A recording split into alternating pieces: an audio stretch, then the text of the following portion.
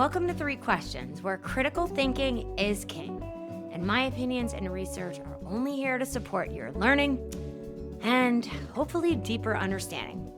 Hey, I'm your host, Meghann, and I'm really honored you clicked on 3 questions today so we can talk about your eyes. Now, I talk about eyes a lot to my clients, to my family members, basically to anybody who will listen. And rather than lecturing you all about doing more eye exercises and why they're important, I want to ask you 3 questions so you can determine what part of this is meaningful to you. And maybe after this episode, you can walk away with an actionable strategy to incorporate more visual exercises into your day and understand why they're so important. So let's get right into it, shall we? Question 1. When was the last time you closed your eyes when you weren't napping or sleeping? Think about it. When was the last time? Some of you might be like, oh, I do it every day when I meditate. Okay, you guys are showing off. But seriously, do you close your eyes when you're trying to concentrate? Do you close your eyes when you're trying to listen more or actually understand what someone's talking about? Do you close your eyes when you're exercising? Do you close your eyes sometimes in your Pilates class or weight training class, but other times you wouldn't even dare to do that? So really think about, and maybe the rest of your day, all I want you to notice is those moments when you close your eyes. Now, why is this important? Well, number 1, our eyes are a huge giver of sensory information to our brain. And what the hell does that mean? Well, our brain needs to make choices about how we move and how we interact with the world. And our eyes give our brain a lot of information about where we are, how close we are to things, how far away we are to things, how close we are to danger, how far away from danger. Maybe it's even our eyes give our brain information about how many steps we need to take to get from here to there. Or if something comes into our visual field, our eyes are going to tell our brain to get the hell out of the way. Now, if anybody has been walking and a bee has flown by you, is that just me or do I jump and freak out? Now, because that bee came into our visual field very fast and it startled us, our brain might have an exaggerated response.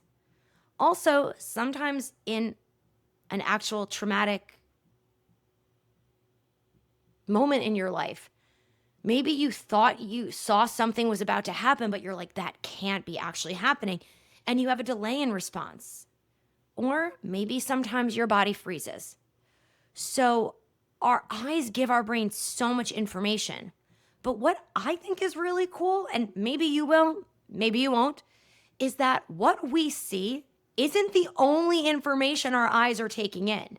When I learned this, I literally was like, yo, thanks eyes, thanks brain. Because if you've met me or listened to me, my brain takes in a lot of information. I observe everything. Some might say I observe too many things, and I might talk fast. But that's because my brain is able to take in a lot of information fast and process it. That doesn't mean it's in a way that it can be delivered so that other people understand it.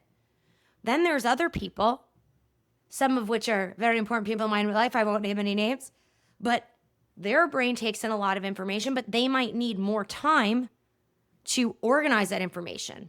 That doesn't mean that their brain is worse or better than mine. It's just different. So let's all just thank our eyes for being able to filter out bad information from just taking in, and really thank your brain for organizing that information and removing things that the brain doesn't think is important. So our eyes are complex and they do more than see. Okay, something I'm not great at is spatial awareness. Right? Many of you know, if you've listened to my podcast, I have some auditory issues in my left ear. I don't know if it's from post my concussions, my first concussion when I was 19, or maybe I was born with that. but I don't think I speak loudly. And I know that's hysterical to everybody who meets me. But for me, I don't hear it. My brain doesn't process it that way. So I've had to become really good at reading people's body language. So when somebody kind of leans away from me, I know, dude, you're too close and you might be too loud. I don't realize that I'm too close to people. And if you're any of my friends from Scranton, that's where I went for my undergrad, there is I'll just shoot it to you straight. When I drink, I tend to be a closer talker, and I may or may not spit when I talk, and I may or may not drop my drink, to which I warn everybody. And when I do it, we all have a good laugh. My motor control gets worse. Happens to a lot of people when they drink. So, there's a little something about me. So back to the eyes, okay? Our eyes are a big sensory input.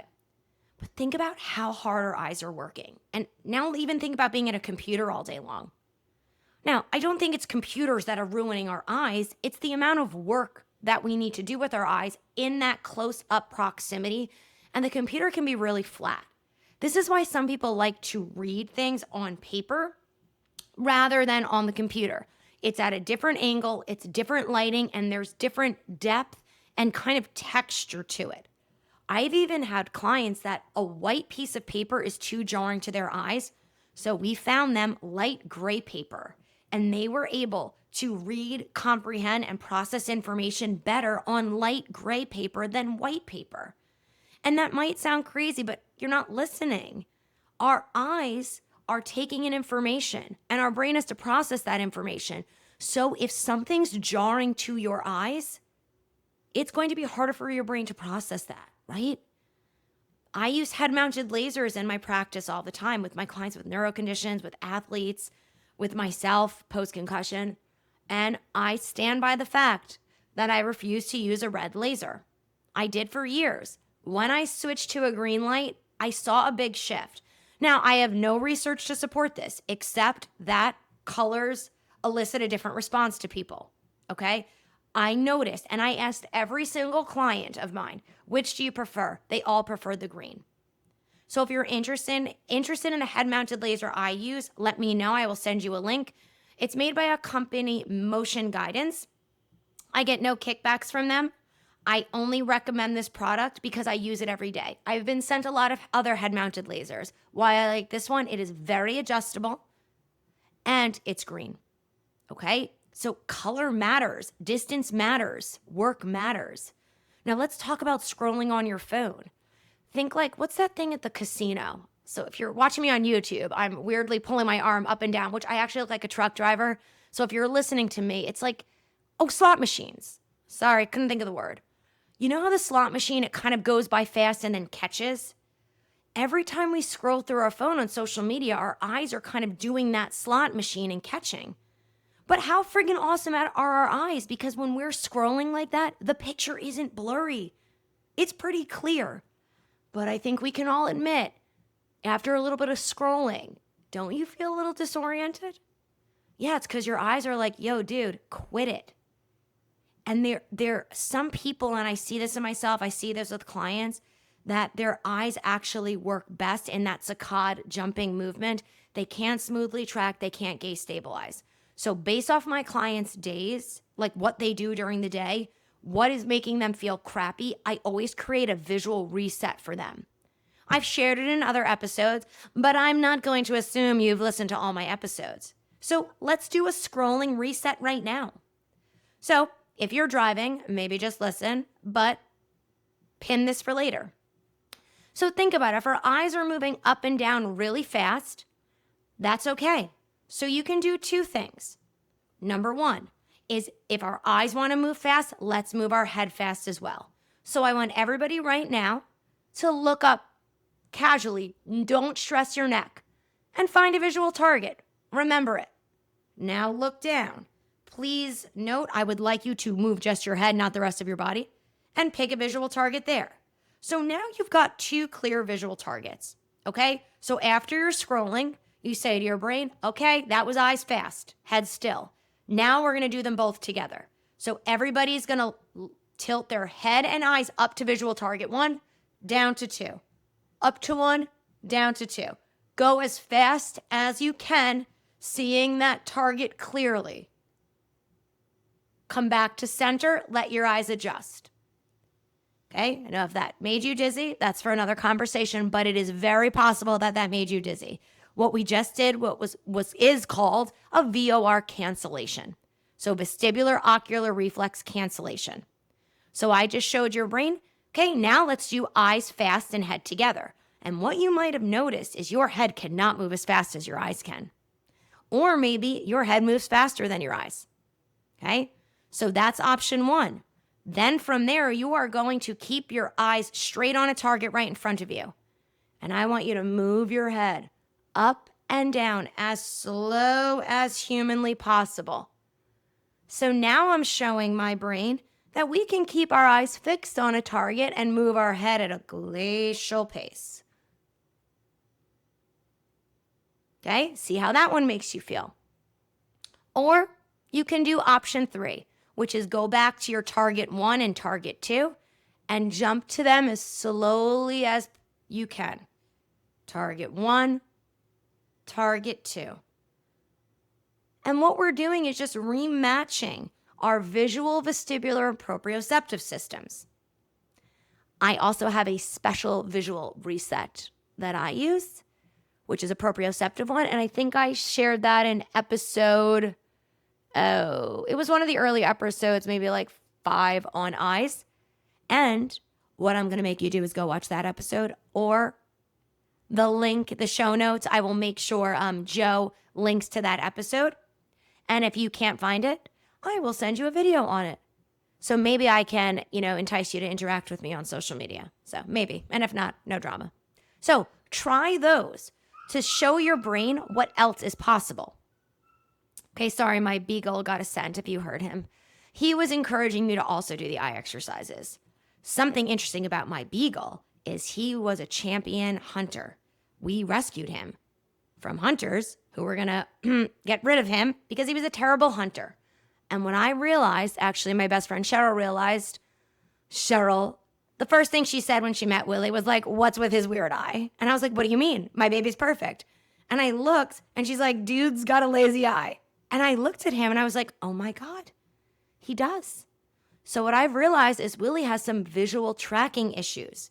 This dude who comes from a champion bloodline of hunting dogs, the other day walked right out to our mailbox to do his front potties, we call it. He walked right past the bunny, like literally right past the bunny, didn't see it because the bunny was still. And I kind of freaked out. He peed, he walked right back in. Now, this happened again. Willie went running after a bunny because when I opened the door, the bunny was moving. So he saw it.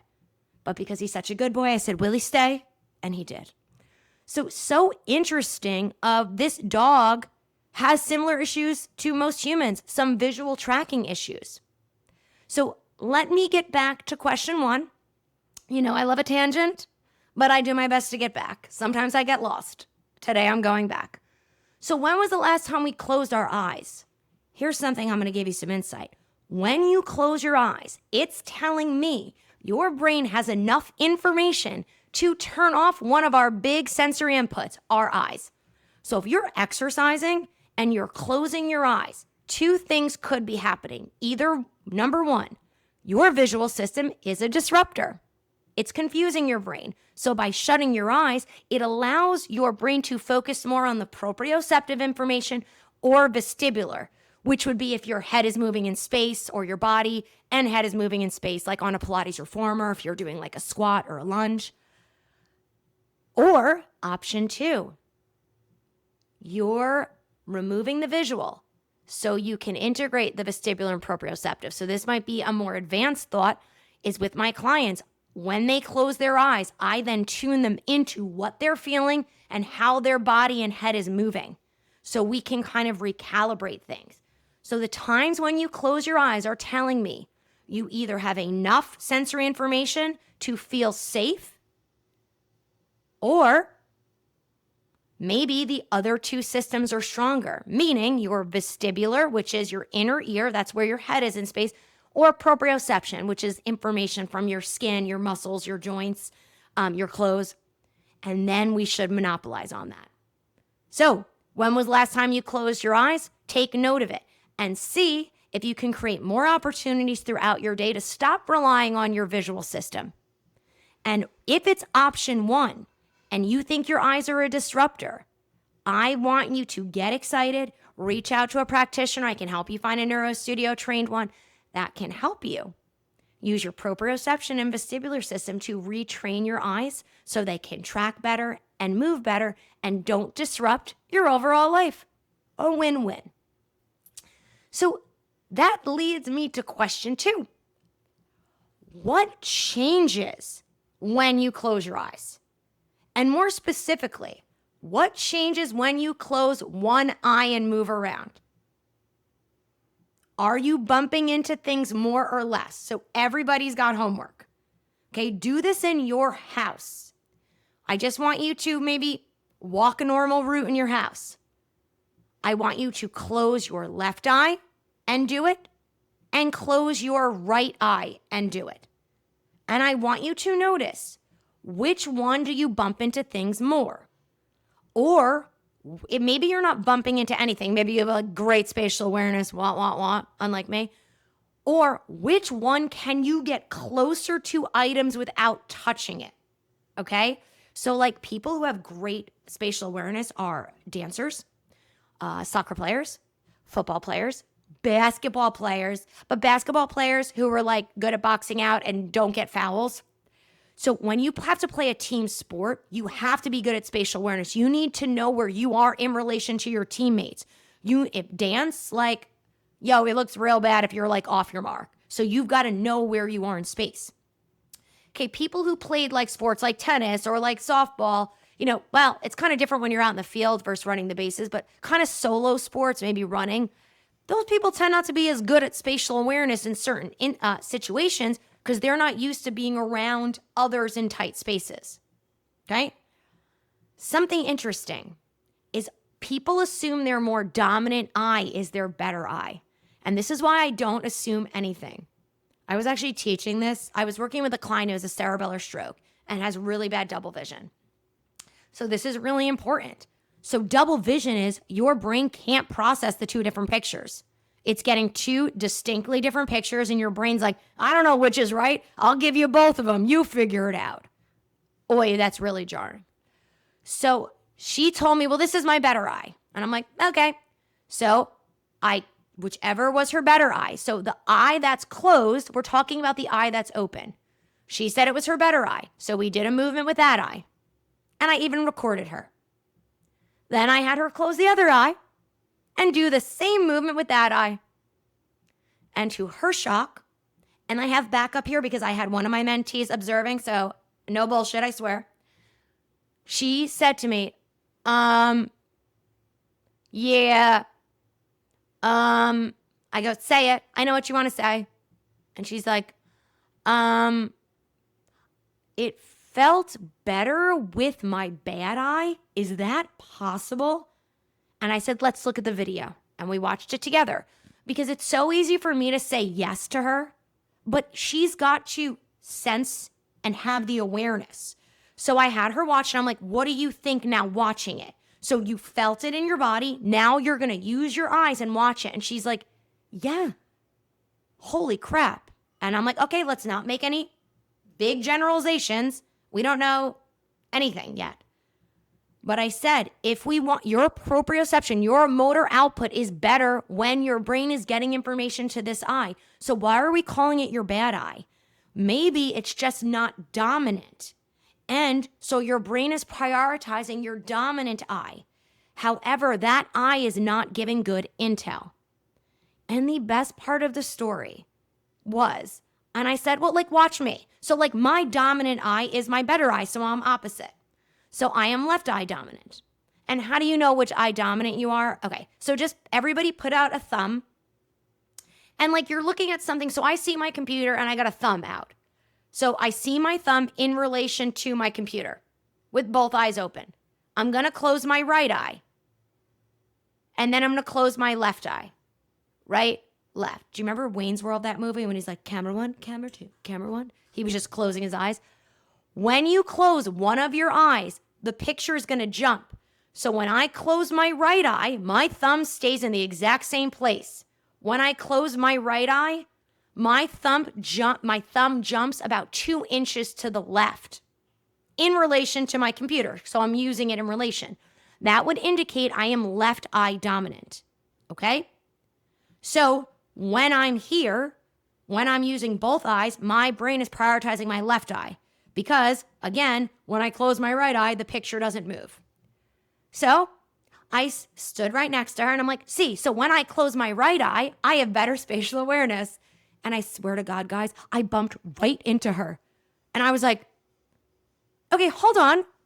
Just for shits and giggles, I came back around and stood at the same place. And I closed my left eye, my dominant eye. And I walked past her and cleared her without touching her. And I said, holy shit, I think my left eye, my dominant eye is crap as well. And we had a good laugh. Now, please note, I am not making a rule. I don't just pull shit out of my ass and make it fact because I've seen it. I have tested many people. And when I say many, like thousands of people. And honestly, I can't make a generalization. So what I do is I test it. Okay? I know the science, but I don't know this person's brain, life experience, and whatever's going on. So I don't assume I test. So now you know how to test which eye is your dominant eye. And now you've got homework to see which eye is actually accurate. So let me explain. When I close my right eye, my brain thinks this is gospel. But what I realized is everything is slightly skewed to the right. So when I tried to move around my client, I bumped into her. When I closed my left eye and opened my right eye, I walked past her without touching her, which would tell me that that is actually accurate to where she is in space. My left eye is lying to me, okay? So if you have terrible spatial awareness, think about it. Maybe just walk around with an eye patch. You know, I solved your problems. And don't worry, there is ways to integrate it back in, but that is not for this podcast. This podcast is about asking you questions, all right? So think about it. What happens? Maybe you close one eye, both eyes, and you're still good as gold. Great work. Your eyes are not only giving good intel, but your brain is able to process it. So I want you to maximize that. I want you to challenge that. Okay, so in your sessions, I'm going to ask you to move based off this, an inch or 2 inches, and keep in line with the laser pointer. I do this with every professional athlete I've worked with. I do this a lot, especially when they're on the field. I find out where they miss tackles or miss the soccer ball. And based off that, I'll know that's a weakness in their visual field and we'll maximize it. If your visual field is freaking amazing, let's maximize it, right? Okay. And last but not least, I want to keep this episode short and sweet, just like me. Sorry. Not accurate. I am short. I'm not very sweet. Sassy maybe. But anyway, could your eyes be limiting your strength? Remember I talked earlier about the eyes potentially being a disruptor? Dude, it's a real deal. So you might be using your dominant eye. You might be missing catches on the football field. You might be in tennis missing volleys. Okay? I sometimes whiff overheads in tennis, not because of my form. It's my visual field. I miss it. Like totally whiff and miss the ball completely. Right when I do that, I take a step to the back line. Okay? I open up my visual field, which is I pin my head to my body, improve my vertical tracking up and down, and I do convergence, which is just putting a thumb out and bringing it closer to your nose at different angles. Okay? Then I take my overhead again. If I don't whiff it and I hit it beautifully like I normally do, I do nothing else. If I whiff it again, then I know, hold on, Meg, today is not the day, not while you're on the court. I know I have to go back and do some homework, and I will eye patch myself again and make sure that my brain is prioritizing what's coming in from my right eye, okay? Or left eye, depending on the day. Okay, so that was a little technical. Shake that off if you don't know it. Let's keep this shit super simple. Homework number 3. So I know I'm giving questions and homework, but these are questions in the form of movement. So I want everybody right now to get down on the ground and do a push-up. Oh, wait. I don't care if you do it on your knees and feet, just do a push-up. Shut up, don't think about form, just do it. Okay, now, shake that off. I want you to put something, a visual target, right between your hands. Okay? A pen, something. Now get back in your push-up position. All I want you to do right now is get as close to that visual target as you can and as far away as you can, doing a push-up. Focus on your eyes, not your form, not your abs, not anything. Just get close and far away. I want you to tell me, did your push-up get worse or better when I forced you to use your visual system? Okay? If your push-up got better, beautiful. That means your eyes are not disrupting, but you need to tune into your visual information so that you can get stronger. It's not a strength issue. You're not tapping into your eyes is limiting your progress. Whereas if your push-up got worse with the visual target, well then you need to work on your visual system and your integration with your vestibular and proprioception. Let me be more specific. You need to find a movement professional who knows how to do this. Okay? You can go on my social media, find tips, but what's happening here is your eyes are not able to converge. And anytime you're doing any movement, a lunge, a press, a pull, or anything where you've got to move closer or further away from a visual target, that's going to be limiting your strength. And that is a huge problem. I'll never forget, I did this drill with my niece's Girl Scout troop. This one girl said, I can't do push-ups, I'm too weak. And just by teaching her convergence, which I said it before, but we'll do it again, is I had her hold a pen or something and bring it towards her nose and away. 3 times. Okay, these are called pencil push-ups. I taught her eyes how to converge. And then I said, now get down on the ground, look at that pen, get closer and further away. This girl was able to do a push-up on her feet, not on her knees, and all her other friends clapped. They were so proud of her. So here's this young girl thinking she's weak, not cool enough, not strong enough as the other girls who were doing push-ups, and it wasn't. It was just we had to tap into our visual system. So to review, I threw a lot of visual stuff at you today.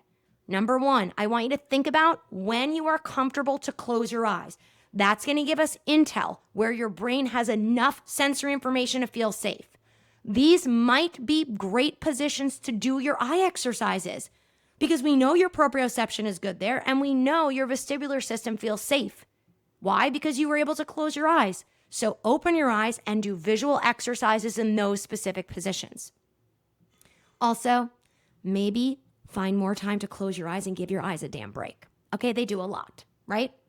Question 2, what happened when you closed one of your eyes? What happened to the picture you were seeing? Was it better? Was it worse? And how did that affect your spatial awareness? Keep in mind that information could change everything and would dictate how we would start integrating visual system into your workouts. Don't assume it's your dominant eye. Don't assume it's your weaker eye. Try it. Comment on social media. Send me a note. I can't wait to hear what your observations are. And last but certainly not least, could your eyes be limiting your strength, your progress, your potential? We tested it in a push-up. Don't be discouraged, be encouraged, because there are so many ways you can improve your visual field, the muscles of our eyes' ability to track, to gaze stabilize, to get a better picture so your brain can process that sensory information and give you a badass motor output, i.e. movement.